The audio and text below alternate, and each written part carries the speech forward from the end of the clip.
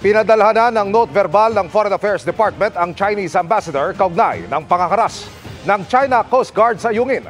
Ayon naman sa National Security Council, posibleng gusto na ng China ng de-escalation o pagpapahupa ng tensyon. Nakatutok si JP Soriano.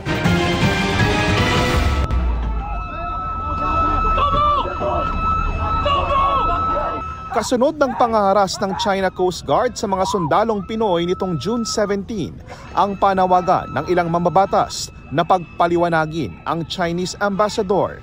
May hakbang na raw ang Foreign Affairs Department. Well, we have already sent a note verbal to them.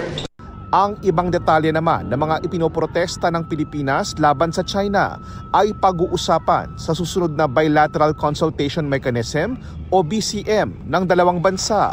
Sabi pa ng Foreign Affairs Secretary sa East-West Center International Media Conference, may sumusobra na sa pagpapakalat ng fake news at iniiba ang kwento. Genuine photos and videos, or those that are not AI generated or digitally manipulated, speak louder and more powerfully than the myriad attempts at misinformation and the peddling of false narratives.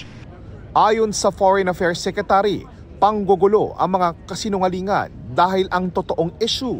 The country is choosing to ignore or is reinterpreting international law, in particularly the UN Convention on the Law of the Sea, and as affirmed by the 2016 Arbitral Award.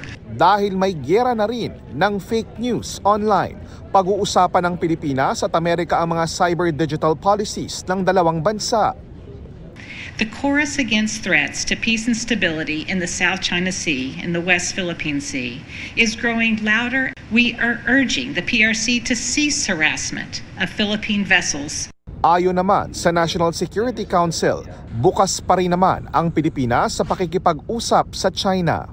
Because ang feeling namin sa NSC, gusto na rin ng China ma-de-escalate ang sitwasyon. Sinusubukan pa naming kunan ng pahayag ang Chinese Embassy. Para sa GMA Integrated News, JP Soriano, nakatutok 24 oras.